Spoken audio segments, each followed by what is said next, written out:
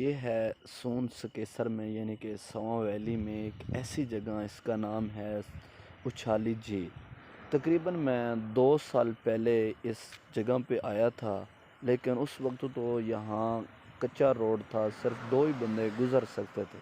लेकिन अब मैं 2 साल के बाद यहाँ पहुँचा हूँ तो दिल खुश हो गया कि इन्होंने क्या कर दिया। और अब आप देख रहे हैं कि कैसे खूबसूरत करके इन्होंने जगह बनाई है, कैसे खूबसूरत इन्होंने रोड बनाए हैं, इन्हें कैसे खूबसूरत बना दिया। अब मैं देखकर हैरान रह गया हूँ।